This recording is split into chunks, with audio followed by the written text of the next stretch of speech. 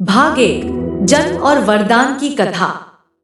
यह कहानी राजस्थान के ददरेवा गांव की है, जहां के शासक थे राजा जेवर सिंह चौहान। उनका राज्य रेगिस्तान की भूमि पर बसा था, जो वीरता, संस्कृति और लोक परंपराओं से समृद्ध था।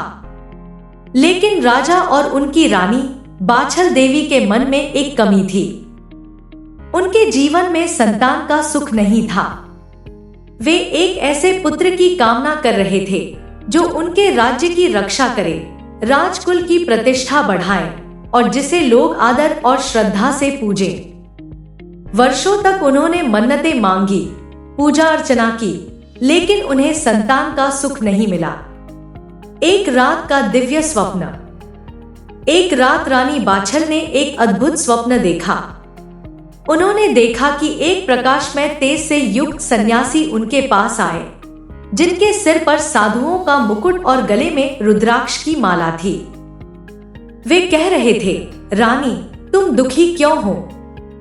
तुम्हारे आंचल में तो संतानों का सुख लिखा है। शीघ्र ही तुम्हें एक ऐसा पुत्र प्राप्त होगा जो असाधारण गुणों से युक्त होगा और संसार में अपनी पहचान बनाएगा। रानी का हृदय आशा से भर गया और वे जागते ही अपने स्वप्न का अर्थ समझने लगी। कुछ दिन बाद गांव में खबर फैल गई कि एक सिद्ध महायोगी गुरु गोरखनाथ ददरेवा पधारे हैं। उनकी ख्याति चारों ओर फैली थी। राजा और रानी ने अपने मन की मुराद लेकर गुरु गोरखनाथ से आशीर्वाद पाने का निश्चय किया। जब वे गुरु गोरखनाथ के दर्शन करने पहुंचे तो गोरखनाथ ने उन्हें सादर देखा और उनके दुख को भांप लिया। गुरु गोरखनाथ ने उनकी भक्ति और सच्ची इच्छा को देखकर मुस्कुराते हुए कहा, रानी बाछल, तुम्हारी कोख से एक ऐसा पुत्र जन्म लेगा जो नागों का अधिपति बनेगा। उसकी शक्ति और वीरता की गूंज संसार में फैल जाएगी। लेकिन ध्यान रखना, यह वरदान केवल उन्हीं को मिलता है जो तप और भक्ति में अडिग होते हैं। गुरु गोरखनाथ ने एक विशेष प्रसाद दिया और कहा, इसे अपने तनमन की शुद्धि और श्रद्धा से ग्रहण करो। यह तुम्हारे आशीर्वाद का प्रतीक है। राजा और रानी ने गुरु गोरखनाथ का आशीर्वाद पाकर उस प्रसाद को श्रद्धा से ग्रहण किया। दिव्य पुत्र का जन्म। कुछ महीनों बाद आषाढ़ मास की अंधेरी रात में रानी बाछल के गर्भ से गोगा जी का जन्म हुआ। गांव में यह खबर आग की तरह फैल गई। लोग कहने लगे कि यह बच्चा कोई साधारण बालक नहीं है, बल्कि दिव्य गुणों से युक्त है। उसका चेहरा तेज से चमक रहा था और उसके नेत्रों में एक अलौकिक शक्ति थी। गांव के बुजुर्ग कहते थे कि ऐसा बच्चा वर्षों में एक बार ही जन्म लेता है। रानी बाछल ने उस बच्चे का नाम गोगा रखा। गोगा जी का बाल्यकाल साधारण बच्चों जैसा नहीं था। उनके जन्म के साथ ही कई चमत्कारी घटनाएं घटित होने लगी, जिससे लोगों का विश्वास और भी दृढ़ हो गया कि यह बालक साधारण नहीं है। गोगा जी बचपन से ही साहसी और जिज्ञासु थे। एक दिन जब वे अपने दोस्तों के साथ खेल रहे थे, तभी अचानक एक विशाल सर्प वहां आ गया। सभी बच्चे डर के मारे भाग गए, लेकिन गोगा जी निर्भय होकर उस नाग के सामने खड़े रहे। उन्होंने उसे ध्यान से देखा और मुस्कुराते हुए धीरे से उसके पास गए।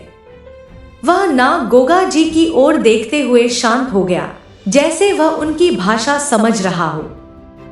इस घटना के बाद पूरे गांव में चर्चा फैल गई कि गोगा जी को नाग देवता का आशीर्वाद प्राप्त है।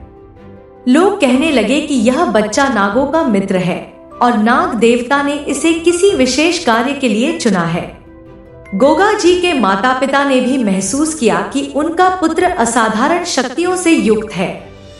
उनकी बुद्धिमत्ता और समझ उम्र के अनुसार बहुत अधिक थी। उन्होंने गोगा जी को सदैव सच्चाई और धर्म का मार्ग दिखाने का प्रयास किया। गोगा जी भी अपने माता पिता का आदर करते थे और अपनी शक्ति का सदुपयोग करते थे। वे अक्सर जंगल में जाकर ध्यान करते और प्रकृति से जुड़ते।